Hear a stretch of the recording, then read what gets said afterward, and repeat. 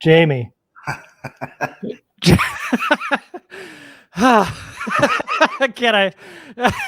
I breathe yet? I still can't breathe. Let's go. Here we are, after hours. Man, what an incredible game. Cheers, Jamie, and everybody else who's joining us. Oh, my God. I can't believe what I just watched. Where do we even go from here? I'm speechless. And that never happens. Shout out to Brandon. He would be having a beer, but he's watching from work. So good. I'm glad you're being productive at work. I appreciate you and wherever you're working. Man, I am just this. There's so many emotions, and I feel like I haven't been able to breathe for the last hour and a half. Yeah, I mean, basically since the third quarter started, when they go down 27-13, you're thinking this is a huge uphill climb, right? I mean, they're down 2 scores. They've had one stop in the Browns' first 6 possessions, and that was because the Browns dropped a 4th down pass in the red zone that probably would have wound up with it as a touchdown if Beckham catches the pass. And then from there, it's like all hell breaks loose, complete and utter chaos on both sides of the ball, and both teams are just racing up and down the field. It's nice to be on the winning end of one of those for a change. And the Browns are really good. And to come out with that win after being down 2 scores and watching them march up and down the field for most of the game, really the whole game, it's a pretty good feeling to come away with that win. Yeah, I think the first thing I want to say off the top, and appreciate everybody that's joining us here today. We got a lot to talk about, but I think the first thing is, no matter how that game went from the first quarter to probably almost to the end of the fourth quarter, the Chargers defense just could not get a stop to save their lives. They got one punt, they got a 4th down conversion that OBJ dropped, and they got the ball back. But other than that, they just hadn't been able to stop the Browns at all today. But when they needed to stop, there were 2 instances. It was at the end of the game where they obviously needed to do it to win it, but there was that drive right before that where they needed to get a punt, and they got it. And the defense stepped up when they needed it most.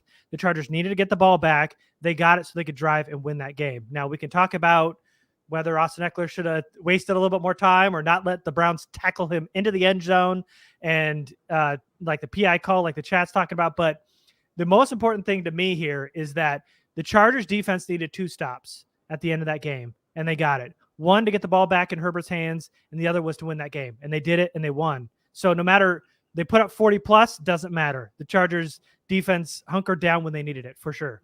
Yeah, I think in my opinion, that game really came down to, and if you take the Chargers offense out of it and how fantastic Herbert was,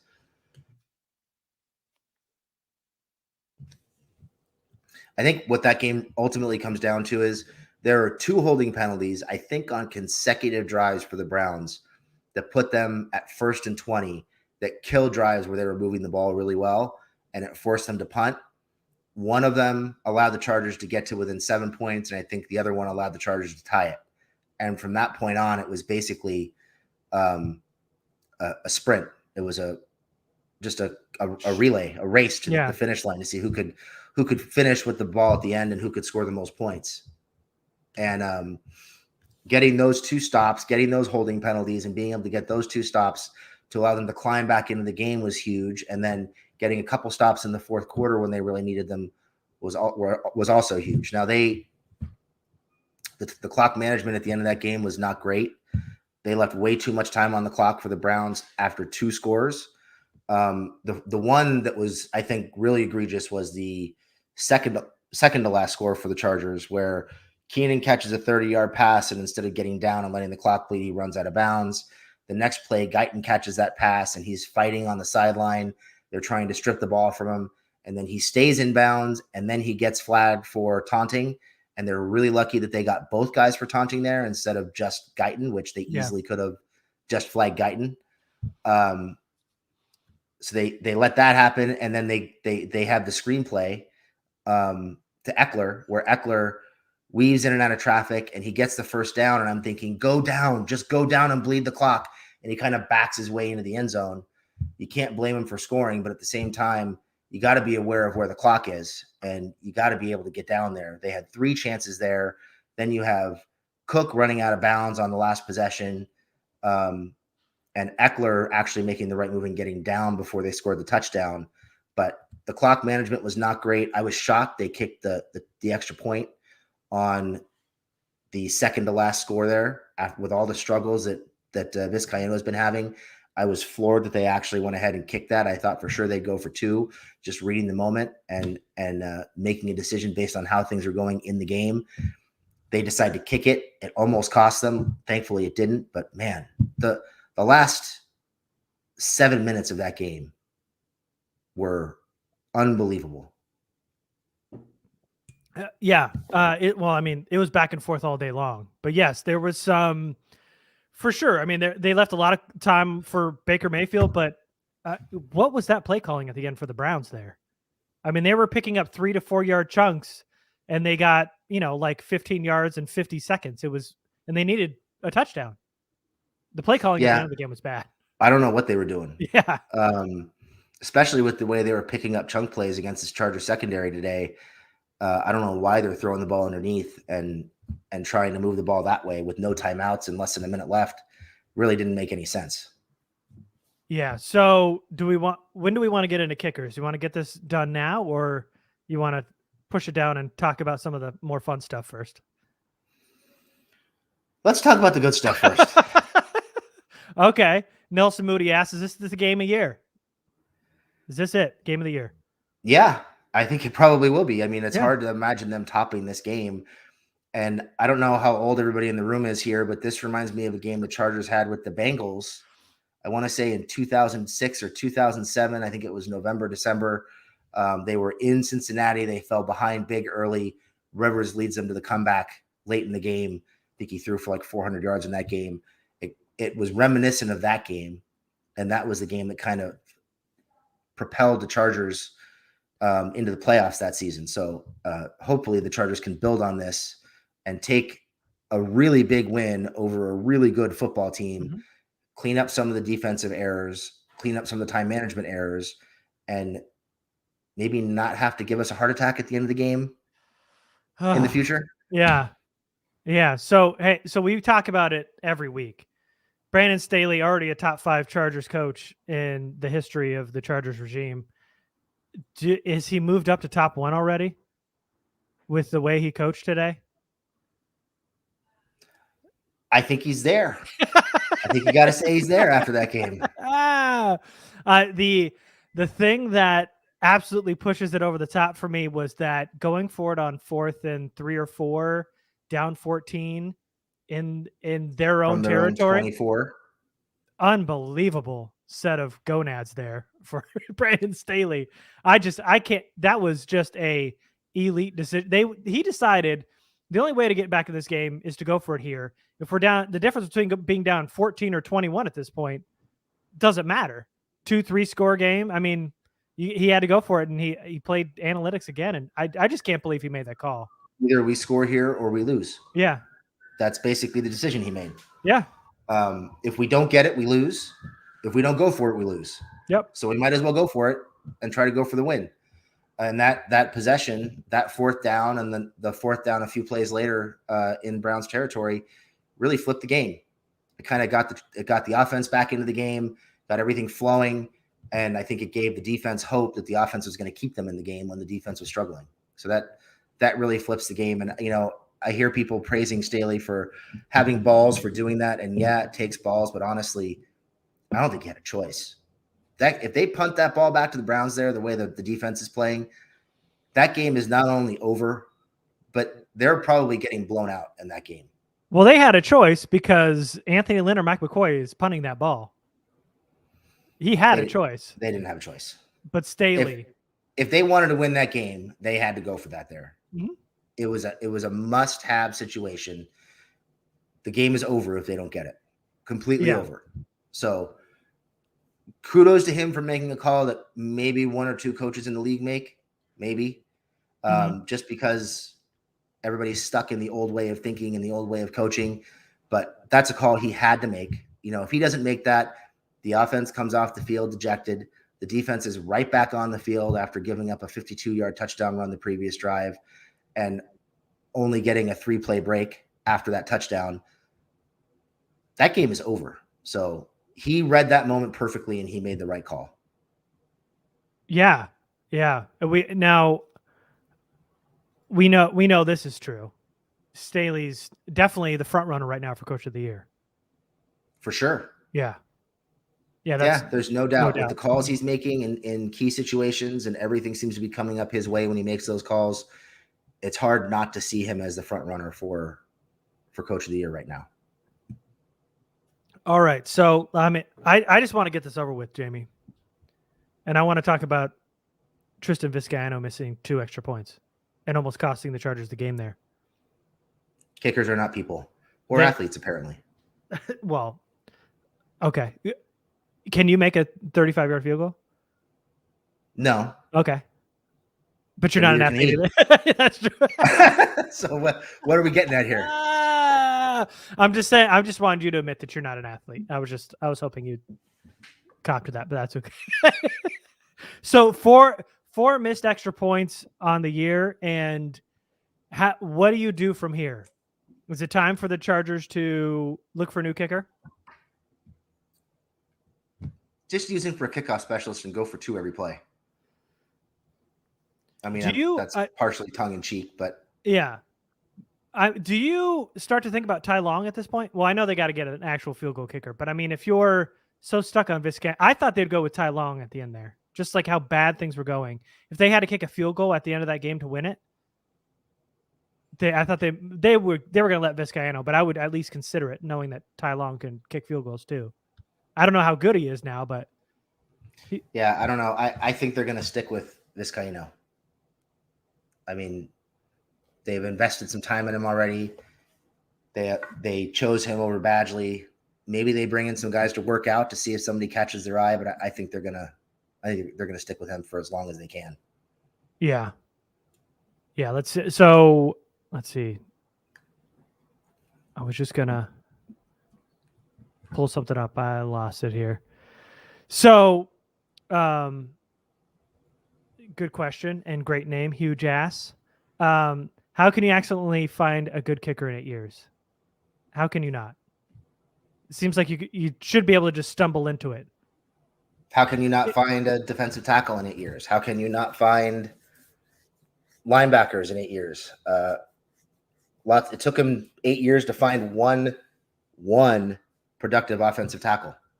So, well, I mean, I guess technically they did stumble into it. They stumbled into Younghoe Koo and Josh Lambo. They just let him go. Let him go. Yeah. Yeah. So I guess in that respect, it's true. God, there's so much.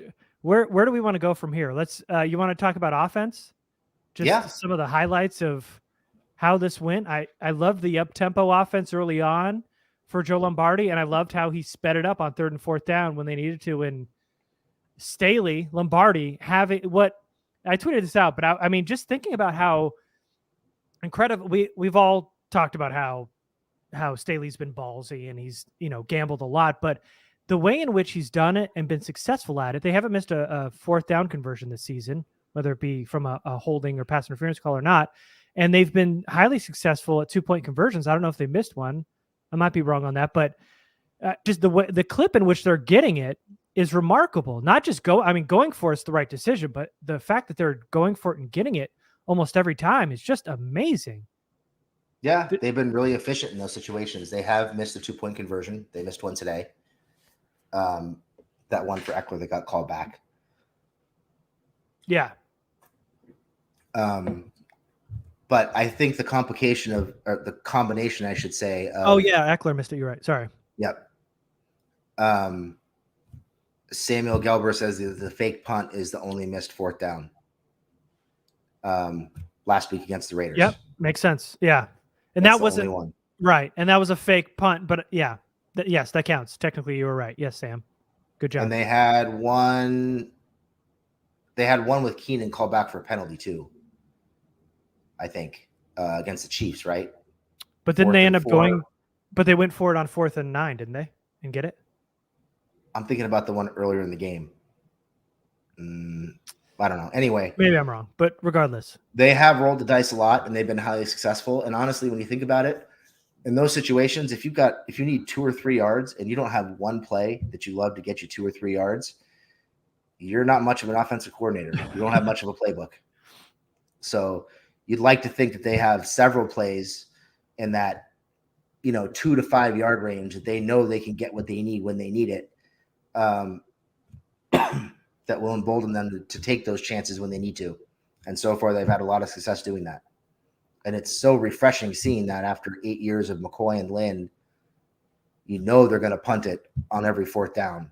They're going to go for those field goals if they're within, 45 yards. Yeah. One thing I want to bring up, I got you. Something that came to fruition this week, and we kind of talked about it on the Lightning Round podcast, was the Chargers were the team with the most yards outside the hash. So outside the numbers, they have the most total yards. And today we were talking about how that middle of the field is going to be open at some point. And both of Mike Williams' deep posts were right inside the numbers, and he was wide open each time. And then because a lot of that was short and intermediate on the outside of the numbers, but today, they hit Mike deep twice, and there wasn't a guy 20, 15 yards within reach of him. Yep, and we're starting to see more of those deep overs, more crossers and things like that that are starting to work out. So they're starting to kind of open the playbook up and use the entire field, which is going to make them even that much more difficult to cover. And now you see they're starting to roll Parham out there in the red zone. Oh, man. Using Cook on 4th down. They've got Eckler in the flats that can give them 4 or 5 yards whenever they need him. Now they're starting to show the screen game, which they really haven't used in the first 4 weeks. Mm-mm. And they had 2 great screen plays called this week that got them some big yards. So they're definitely starting to open the playbook up. It seems like they held some things back the first couple weeks, figuring they didn't need them. And now against the Raiders and the Browns, against, higher powered offenses, they're starting to roll out some of these things that they held back, knowing that they need to, open up the toolbox a little bit more to score points, to stay in and win these games. They needed every single one of those today when you're putting 40 plus and giving up 40 plus. Oh, yeah. Yeah. They needed all of it. Let's see. There was question here. Is Justin in the top 3 QBs in the NFL right now? Jimmy Johnson today, the old Cowboys coach, now Fox commentator, said that if you were doing a draft for the NFL, he would take Justin Herbert over Patrick Mahomes with a number 1 overall pick. Would you take Herbert over Mahomes at this point? That's a tough one. It is tough because if you're looking at the whole resume, it's Patrick Mahomes. If you're looking how Justin Herbert is exceeding every single expectation he's ever had in his entire life, and looking at how now on 4th down, you almost expect him to get it. On 3rd down, you almost expect him to get it. When he's yucking it deep, you expect somebody to come down and catch it. He is almost automatic at this point. So if you're talking about right now going into week 6, would you take how hot Justin Herbert is over Patrick Mahomes? I could probably say yes. If you're talking about long-term future, that's a tougher question. I think, if you're drafting somebody right now, man, that's a tough one. Is he top 3? I'd say top 3 is. I'd say he's top 3, at worst top 4. You got to figure Aaron Rodgers and Mahomes 1 and 2. Mm-hmm. Trying to think of who else I'd put in that class. Josh Allen is getting a lot of love, but probably not up there. I think I'd take Herbert over Allen. Yeah, same here. I'm just talking about top tier. Lamar Jackson, Russell Wilson. I would take Herbert over Jackson as a pure passer right now in a heartbeat. Dak Prescott. I think I'd take Herbert over Dak. Yeah. Lightning Round Podcast agrees. Justin Herbert, top 3 quarterback. Lock that in. Okay, because what we say matters. Nelson Moody. Tranquil got injured late. That was a tough break too, because it gave the Browns more time. Didn't end up mattering, so it doesn't matter. But Tranquil got injured. Murray's out. If Tranquil's injury is serious, it's going to be Nick Niemann. Well, we saw late, it was Derwin James that they dropped down in the linebacker position, kind of playing that star, but they are probably going with Nick Niemann, right? Yeah, I think it'll be some combination of Neiman and James and maybe a little bit of Agbanwamiga at times, just depending on the situation. They'll probably have to mix and match a little bit to get the matchups they want. Yep. All right, let's see. Oh, hey, we're missing Tom Brady. Hey, remember that guy? Oh, that guy. Long term, though? Yeah, if you're doing a draft right now, for the future, but we're talking about currently top 3 quarterback. I mean, that's fair. Yeah. Okay. Even though I hate him, that's fair. Well, I mean, is one of the best of all time. Yep. But still, we say top 3. Doesn't matter. Let's see. We had a couple questions here that now I can't find. What about Josh Palmer? We saw a little bit of Joshua Palmer today, mixed in a little bit more than usual. You think they got to get him in more? I do. I don't think Guyton is particularly reliable as a receiver. I think Palmer gives you more options in terms of a route runner and his hands being more consistent. I know they like Guyton's speed, but he really hasn't impacted that many games. He did have a key catch today. He had that jet sweep last week. I'm sure we'll see more and more of Palmer over the next few weeks and into the latter half of the season. Just because I don't think Guyton is a guy. They're not throwing to him deep, which is really his only value right now. Guyton, that is. And I just think you're more well-rounded, more versatile with Palmer as wide receiver 3. Yeah, Jamie, he's got a message for you. Practice Ogbongamiga. You're gonna have to if Tranquil's out. You'll get it. You'll get it. It's Ogbongamiga. Yep, Ogbongamiga. What do you think? Michael asked the question, how do you feel about Nasir's season so far? A couple missed tackles today. He had a tackle that could have been a touchdown, later ended up being a touchdown anyway, but kind of strong to start the season, and then not so great today. I was going to say I was feeling much better about him about 3 hours ago than I am right now. Absolutely. Yeah. The tackling was not good today. He really didn't play well at all today. I'll have to go back and watch the tape, but that forearm shiver on Njoku, who has about 40 pounds on him, was less than ideal. That wound up in a long touchdown pass. The tackling was not good. Didn't really show up much in coverage today. Not real thrilled with the way he played today. And I'm sure there are going to be a lot of things they're looking to clean up on the defense as a whole, because nobody played well on that defense after they gave up 42 points. Other than Derwin James? No. Derwin was everywhere today, though. Man, he was so active. We got a question about the O-line. We saw Bougie go down today. It was Michael Schofield who went in, not Scott Quessenberry. And we saw that the rookie was he did not play today, did not suit up. So what do we think about the guard spot going forward? I'm not a big fan of Michael Schofield at all. He played okay today, but we've seen this song and dance before.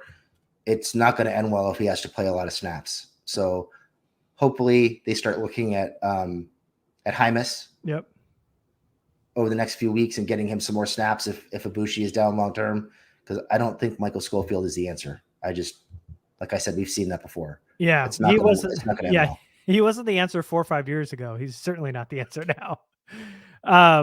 And surprised Hymus hasn't been active. He was so good in the preseason, but they ended up signing Michael Schofield, and now he's just part of the rotation, and he's starting over Quessenberry. Let's talk about Keenan Allen. I'm late to the show. Hey, get here on time, Reggie. We'll mark you late. Won't give you a truancy though. Just make sure you're here on time next time. I'm late to the show, but does it look like Keenan Allen is dogging it a bit now that he's wide receiver 2, since Mike Williams is outperforming him so far? Do you think he's taking that personal? Probably taking it somewhat personal. I don't know that I'd say he's dogging it, but he certainly isn't playing up to the expectations that we have for him. Some pretty bad drops the first 4 or 5 weeks of the season.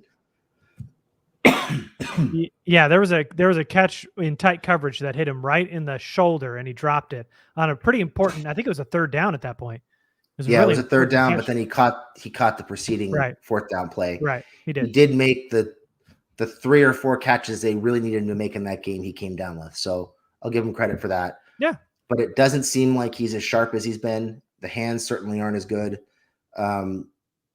I don't know. Hopefully it's not that he's upset that he's wide receiver too. And hopefully it's just that maybe he's dealing with something that they've kind of kept under wraps that we don't know about. And he'll get better. All right, Sam G. I know you'll hate this question. Of course we will, because it's about a wide receiver. Would you trade for Odell Beckham Jr.? My answer is emphatically no. No. If you were a GM, thanks, Sam. That was good. If you were the GM, would you make a move to trade for a defensive lineman at this point of the season, or write it out with what you have? From Victor. I think they need to be looking. I think they need to be looking for interior defensive linemen. I think they really need to be looking for some offensive tackle depth and now some depth at guard, depending on what's going on with Ibushi. But certainly on the defensive line. They don't have any real talent to speak of on the interior defensive line. They definitely lack quality depth, really any depth of any kind. And even Justin Jones coming back is not going to fix that really at all. It doesn't change anything for me. We've been saying it for weeks. Yeah. It just doesn't. It doesn't change anything. And we saw really for the first time in a really, really big way what a good offensive line is going to do against that interior defensive line today. I mean, they've struggled stopping the run all week all year, I should say, with the exception of the Raider game. Yep. But they were bullied in a big way in that game for the majority of the game. They got stops when they needed to in the fourth quarter, but they could not tackle at all. And it was because their linebackers were getting run over because the guys up front weren't taking on blocks and weren't keeping their linebackers clean. So they definitely need to be looking to see if they can find a defensive lineman or two. They just don't have really anything. They don't have the players to make the adjustments they need to fix the leaks they have in the running game. Yeah, which is a problem going into the draft and free agency, and they just it has been for like 4 years. Yeah. And we thought maybe this would change with Brandon Staley, but all they added was Christian Covington, really, and Forrest Merrill. While he had a strong showing in 3 snaps last week, not much of an answer today. They gave up 222 yards to Hunt and Chubb and 3 touchdowns. It was so ugly today. They got whatever they wanted, but what matters is they made the 2 stops at the end to win this game. I'm going to end on a positive note here. Might have missed it, but thoughts on Slater versus Garrett matchup. Can I just say one thing? So Garrett got the 1 sack, right? Anything outside of that? I think it was just 1. I think it was just the 1. His celebration of the snap was so good. But go ahead. What did you think about the matchup? The Thanos snap. Are you with me, Jamie? I didn't see it. Okay. You know who Thanos is, right? Yeah, I know who Thanos is. All right, yeah. Yeah, but I didn't see the celebration. Okay, anyway, go ahead. Overall, I thought Slater had a really good game. I mean, Garrett had the 1 sack, I think. It didn't seem like he was really impacting the running game all that much. They kept Herbert relatively clean outside of a couple of stunts where they confused Filer and Slater got confused and had a hard time passing guys off. Yeah. But overall, against an edge rusher of that kind of quality, I think Slater held up really well. Oh yeah, absolutely. I'm just looking at Myles Garrett. Yeah, he just had 1 sack, 1 tackle for a loss, and 1 pass defensed. He had 2 tackles on the game. Yeah, he was somewhat of a non-factor. Malik McDowell had a better game than he did. Our boy Malik McDowell. Malik McDowell was a monster. He's so good today. When do we get to claim him yet? It's been 4 or 5 years or however long it's been. And that was the 2017 draft. That was the same draft. That was a draft they took Mike Williams. So 2017. So I think we can claim him. Is it too late to do that? I mean, we claimed him before he hit the league, so no. Okay. We can claim him whenever we want to claim him. All right. Yeah. In terms of the matchup, I mean, yeah, there was 1 stunt in which Malik McDowell got around Slater, and then the sack by Myles Garrett. He didn't get helped out by the chip, which helped Myles get inside rather than help him take him outside. There's a bad pass off between him and I think it was Eckler at the time on that chip that let Garrett inside, and Slater couldn't catch up to him at that point. But yeah, I mean, for a guy like Myles Garrett, who has just been unbelievable this season and one of the best pass rushers in the league, to get one sack, his first sack he's given up all year against Myles Garrett, and then one other pass defense where he just got his hand up. I mean, he did an unbelievable job on the left side. The right side had some trouble at some time, but for the most part, the offensive line did okay. The defensive line, like you mentioned, I was gonna talk about. They were road graded, like they were cement by the end of this game. Tillery made some good splash plays at the end. Had a really good run stop and a good tackle on a screen late. He kind of stepped up late, but other than that, man, it was tough. It was tough for that defensive line. Yeah, that defensive line had a rough day. There was really no help for Joey Bosa at all today. They were getting pushed around the whole game. 5-6 yards deep in the defensive backfield. Just couldn't anchor, couldn't hold their ground at all, couldn't get upfield. There was nothing happening with that defensive line. Yeah, it was a tough go. At several points, there were 3 guys blocking Joey Bosa, and they still couldn't get to Baker Mayfield. It's true. Yeah. So, all right, let's move on to running back. What did you think about Kelly today, getting Jackson snaps, who was injured, inactive? How'd you think Kelly did today? He had one really nice run, his first carry of the game, where he kind of exploded through the line. He was okay. I didn't think he was great, but he was okay. No. What about Roundtree? How many carries did he get today? I don't think we saw much of him today.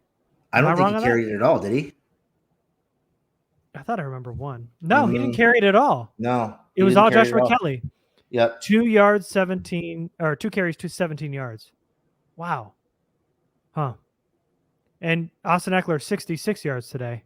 Seemed like a lot more, but he got it when it counted late. 2 touchdowns. One in which Cleveland kind of got the assist on. Let's see. What else here? I agree with this. I thought it was because of the RB chipped Garrett off the block. Agree there. Thoughts on Guyton and Hill fielding punts? We saw Guyton late in that game field a punt instead of KJ Hill, and then at the very end, it was KJ Hill and Guyton. So do you think Brandon Staley has said, wait a minute, this KJ Hill experiment, is it working? Hill had, I think, 2 halfway decent returns today. The return at the end of the game, it was a 12-yard return, was awesome.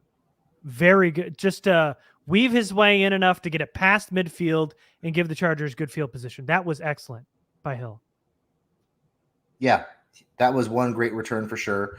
I think maybe they had a trick play dialed up to have both those guys on the field together, and it didn't work. But I don't know. Hill's had a couple decent returns the last 2 weeks. He's still not great. I don't think he's going to burn anybody. He's not going to, have a big returns for touchdowns or anything like that. But he's been getting a little better, I guess. Mm-hmm. Yeah. What do you think about Roundtree as the returner? Roundtree is a terrible kick returner. He is. Decisions are not good. There's not a whole lot of burst there. He just seems like he's running laterally. He's catching the ball 5 yards deep in the end zone and bringing it out when he shouldn't, making terrible decisions and putting them in some really bad field position. Yeah. And since we're on special teams, Ryan Smith today on special teams was electric. You could tell the difference between the old kick team and this kick team with Ryan Smith. He's the first man down the field. He had multiple tackles today. He was excellent. Almost got a fumble. It didn't really count, but he came out with it. It was exciting for like a couple seconds when he came out with the ball in the air. But yeah, Ryan Smith he made an impact right away on special teams, being active for the first time this year. It seemed like he was in on every single special return tackle, every kick return tackle. He was right there. Okay. He played really well. Staley loves giving out game balls. Who are you giving a game ball to? Let's give 2. One, I don't want to give one to the defense because, man, they gave it 40 plus. Anyway, all right, okay, scratch that idea. Let's go back to the drawing board. Okay, game balls. Who are you giving it to? Who deserves one? I've got 2. Okay. I'm going to give one to Herbert and one to Mike Williams. Yeah, I was going to do the same. Damn it. Yeah, I mean, if I'm not mistaken, Herbert threw for 398 today, career high. 4 touchdown passes and 1 rushing. Yeah, Herbert absolutely deserves a game ball. Absolutely. Mike Williams was 8 catches, 165, 2 touchdowns. Oh, God. What a stat line. Yeah, man. 2 game balls go out today, none to the defense. Justin Herbert definitely gets one. Mike Williams definitely gets the other. This is an interesting stat from Robert Straw. Browns are the first team in NFL history to lose a game when scoring 40 points and no turnovers. They also had 510 yards of total offense. Wild. And let's see. Love you from North Dakota. Thank you, Christopher. Lightning round. Oh, hey. Should this be a tradition? We should give out game balls on after hours? I like that idea. We could do that. Sam says Derwin should get one. Justin says Derwin should get one. He was great today. He was totally active, in on a lot of tackles. He was great. He needed to make like 17 tackles and a strip sack. Yeah, I was going to say he was needed 20 tackles today. So 17 makes sense. But you cannot deny the game that Justin Herbert and Mike Williams had. They absolutely believed. They needed those game balls. Herbert was a great choice. Could have been one, maybe, but it's going to be Justin Herbert and Mike Williams today. Eckler did great today. Ran hard, 66 yards, 2 touchdowns, but let's see. Does Slater get a game ball? Zach thinks Slater deserves one too. I could go for Slater going up against Garrett most of the game. Yeah, probably not one of the two.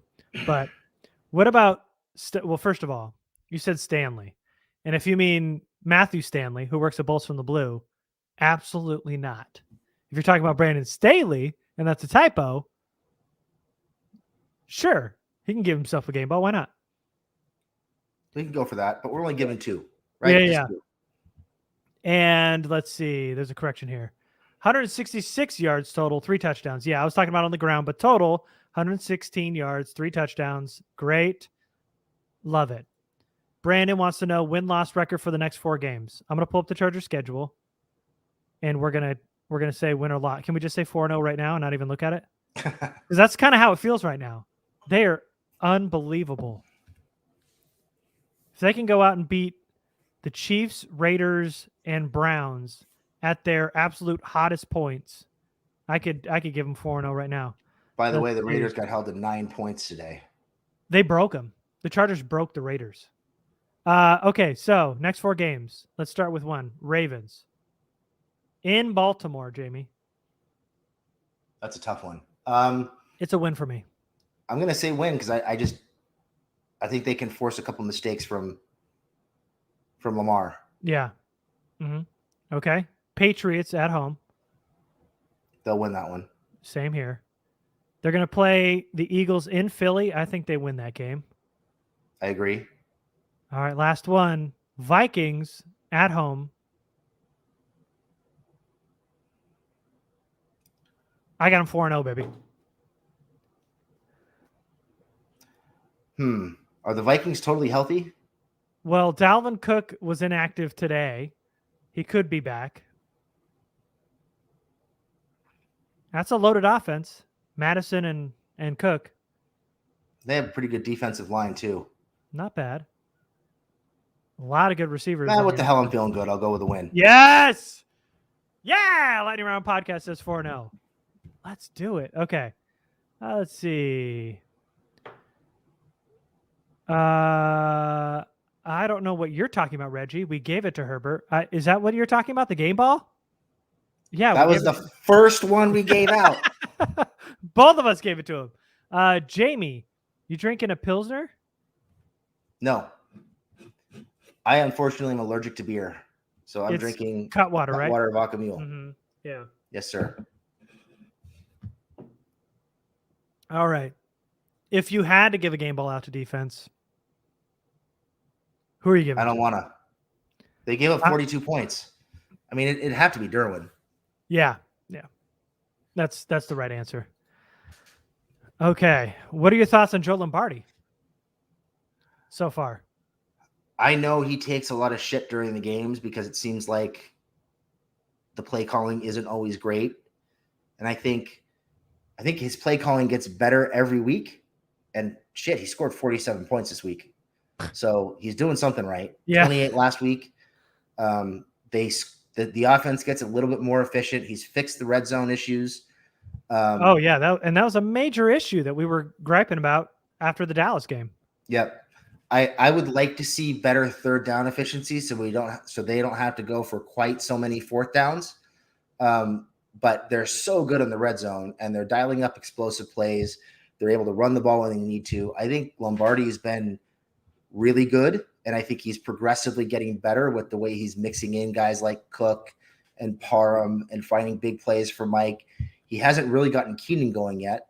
Mm-hmm. They haven't needed it. I'm sure they'll get him going at some point. I would like to see a little bit less running on first down and maybe fewer 2nd and 10 runs when the first down run doesn't work. Yeah. I think those are the two biggest issues, and a little bit more third down efficiency. They're leading on that fourth down, going for it on fourth down a little bit more than you'd like to have that, a little bit more than you would like them to have to.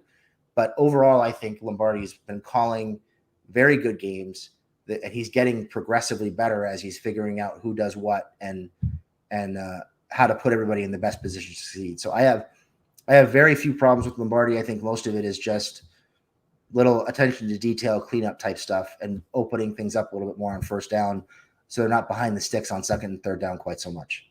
Yeah, and I totally understand that. I don't really have much issues with Lombardi so far. I love that he slow rolled his offensive game plan throughout this year, and they've just brought everybody in, and then he's hit him with a deep shot this week twice to Mike Williams. And like we were mentioning earlier, even though they didn't get the fourth down on that fake punt, the scripted plays for fourth down have succeeded every time. The 2-point conversion plays have succeeded every time, but the one today with Austin Eckler, until somebody proves that I'm wrong, because I don't know if that's right or wrong, but it feels like every other time they've got a 2-point conversion. So in the really, really important, the most vital plays in a football game, he is the most successful, Staley and Lombardi combined. So I don't have any problems with him so far. He has far exceeded my expectations because as an offensive coordinator before, watching him when we were talking about it, he did not look good. And he lost his job early because he just couldn't get an offense rolling. But when you are confident in your quarterback and you're putting the game in Justin Herbert's hands with the way he's playing right now, I have no issues with Joe Lombardi so far. What do you think about Cleveland's defense pulling Eckler in? Smart by Cleveland. Really smart. Assist. Yeah. Save as much time as you can. I was thinking Eckler was going to take a knee there, but he just kind of curled up and put 2 hands on the ball, made sure he didn't fumble, and they just pushed him in.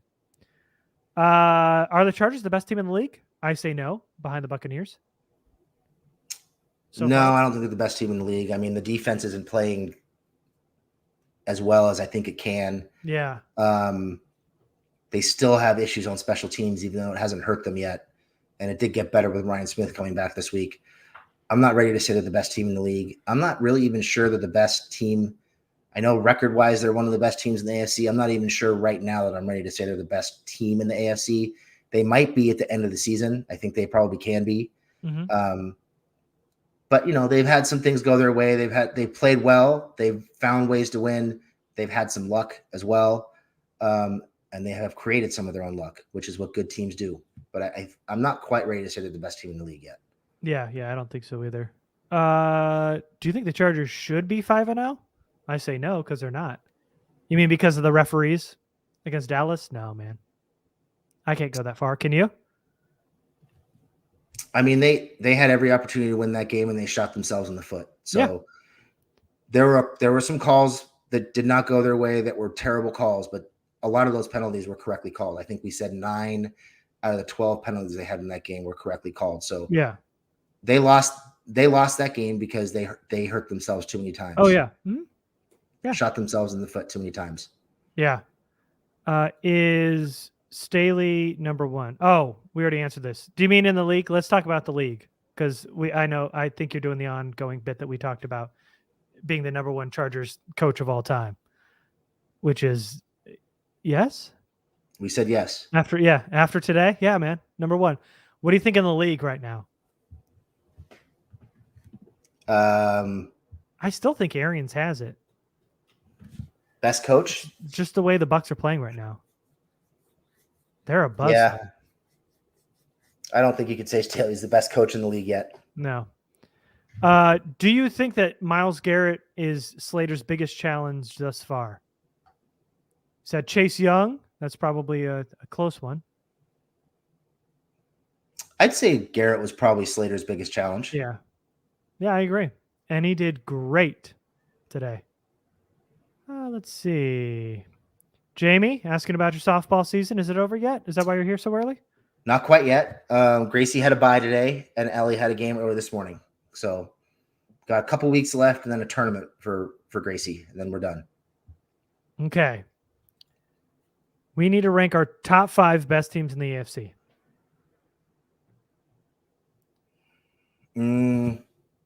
Best teams in the AFC. Yeah. I would say, even though they're currently 2-2, I would say the Chiefs are in there. Mm-hmm. I would say the Bills are in there. I would say the Browns are in there. I would say the Chargers are in there. That's 4. I'm not putting the Broncos or the Raiders in there. Of course not. Overall body of work, I would say probably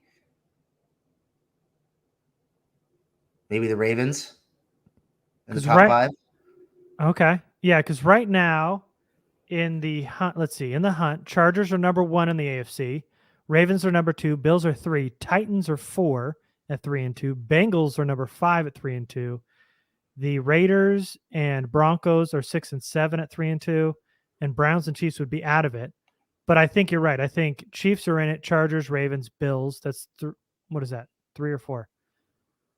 Chargers, Ravens, Bills, Chiefs, and then Browns. 5. Mm-hmm. Yeah. All right. Let's see. Here's your question. Does he have the biggest balls in the league? I think we've covered his balls sufficiently. Yes, I would say he has the biggest balls in the league. This is a good question, which I just lost. It was here. What about Lamar Jackson in the rushing game? If they couldn't, they gave 222 today. What about to a guy like Lamar Jackson? I don't think the Ravens offense has changed that much since the Chargers played them in the playoffs in 2018. Mm-hmm. They might be running things more efficiently, and Lamar is probably a little bit better passer than he was then, but they're still doing the same things they were doing then. And I think you can still prepare for them in much the same way that you prepared for them back then. So I think they can contain Lamar. I think they did a good job of containing Mahomes after the first couple drives in Kansas City. They've been pretty disciplined in their rush lanes, and they haven't really gotten hurt by big quarterback runs. I think it's the running backs that they're struggling with. Yeah. So I'm not sure Lamar runs for 200 yards. I think they can contain him about as well as you can. Yeah. I think so too. I think he's going to get a big rush or 2 or 3, but no, I don't think he's going for 200. I think it's just that run defense that's been a major issue.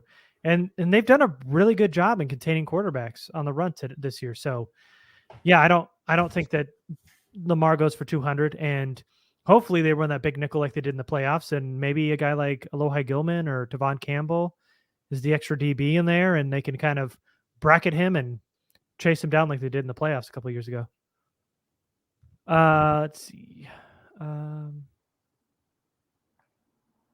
Why don't you guys send in a bunch of questions? We're going to probably wrap it up here in a little bit. Tonight, who you got? Bills or Chiefs? We want the Bills, obviously. I'm going to go with my guy, Sean McDermott, and say the Bills win this one. I think the Bills win it too. I think they finally figure it out. I don't think the Chiefs are playing that well right now outside of beating up on the pretty lowly Eagles team. Excuse me. I think the Bills win. Yeah, I'm with you. Okay, so send in your questions, chat. We're gonna probably be here for another 5-10 minutes, so send them in. I finally feel like I can breathe a little bit here. Is there anybody else you want to give a shout out to? I mean, we kind of talked about Herbert already, and Mike Williams and Eckler, and we even got Ryan Smith in there and Tillery a little bit. Derwin. Anybody else did pretty good today? You want to shout out? Trying to think. Yeah. I think one guy that stood out to me, and I mentioned him on Twitter, is Steven Anderson continues to play really, really well as a lead blocker in the running game. He's been a huge part of their success when they're having success running the ball. It's usually because he's the lead blocker. I just didn't mention him, but we have mentioned him today. Donald Parham. Yep. Being an extra weapon with Jared Cook and Mike Williams and Austin Eckler and Keenan Allen. I mean, they're really they're becoming dangerous in the red zone with all these weapons. That's why they've been so successful. So shout out to Parham. Let's see. All right. So questions. We're going to go rapid fire here. Who are the biggest frauds through 3 weeks? The Raiders or Broncos? I say Broncos. Broncos are, definitely the Broncos. Yeah. Raiders weren't good. They were okay, but the Broncos were terrible, and they just beat up on bad teams. They were 0-9, the teams they played through 3 weeks. Yeah. So Broncos, you agree? Yeah, I agree. Nelson, I know you've been asking this question. Are we getting to a game this year? I'm not sure. There. What was the deal with Asante Samuel Jr.? Why was he out at the end? I don't remember him going out. I don't know. I didn't notice that during the live watch. Yeah, me neither. Okay, good. I didn't. We'll tell you Hugh on the rewatch when we do lightning round on Wednesday or Thursday, or whenever we release that. More surprised at a good play from Hill or Kelly? What was the biggest surprise to you? I don't think either of them were so good that I would say I was surprised, but right. Hill's good return at the end of the game was probably the more surprising play. All right. Perfect. Yep. Let's see. What else? Here we go. Was drafting Trey McKitty a mistake based on Anderson's play?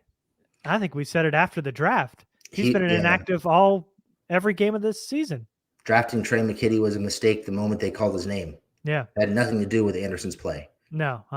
Yeah, that was a problem a long time ago. But I thought drafting him was interesting because I thought Anderson played really well down the stretch last year and had earned a roster spot this year. So to take a tight end that early. That tight end, by the way. And that tight end, not just any tight end, but that tight end, I thought was a mistake. All right. So there was some confusion in the secondary a few times. Seemed like Harris Jr. was there each time. Coincidence? I noticed that too. I mean, could be. There seemed to be some kind of communication issue today, especially on that Rashard Higgins touchdown.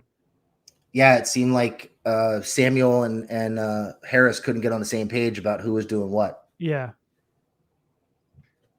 And there were some really bad missed tackles for Harris in that game too. Harris did not have a good game. Let's see. If Jackson's healthy, is he still RB2?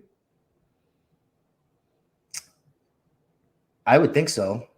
Yeah, I don't think Joshua Kelly did enough today to prove that he's the running back 2 now. No, but he did play over Roundtree, which was a little surprising. Surprising, definitely.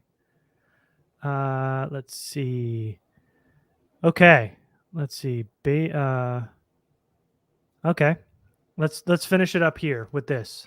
What do you think the Chargers' final record is going to be? 17 games. They're 4-1. I'm going to say 11-6. I'm going to say a game over you, 12-5. Oh, there we go. Listen to you pandering. I'm not pandering at all. I was going to say 12-5 before you even said anything. I thought you were going 13. I thought you were going to go on the high side. No.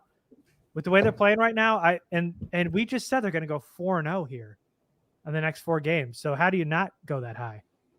So, hey, thanks everybody. Appreciate you, Zach. listening. Thank you. Victor, Christopher, Logan. I don't know if we're gentlemen or not, but thank you. Appreciate it. Hey, I'll release this podcast soon. If you want to go listen to the audio, we appreciate everybody who joined us today, except Richard Wade. I don't acknowledge him in the chat. And John, you guys are the best. You guys are amazing. I don't know what this means, but we'll go eat our veggies.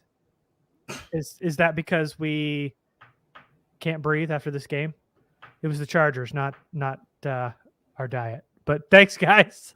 Appreciate you guys. You can always follow the podcast. We're going to have another podcast coming up on Wednesday. We'll go live for after hours. I'll get this podcast out if you want to listen to the audio version.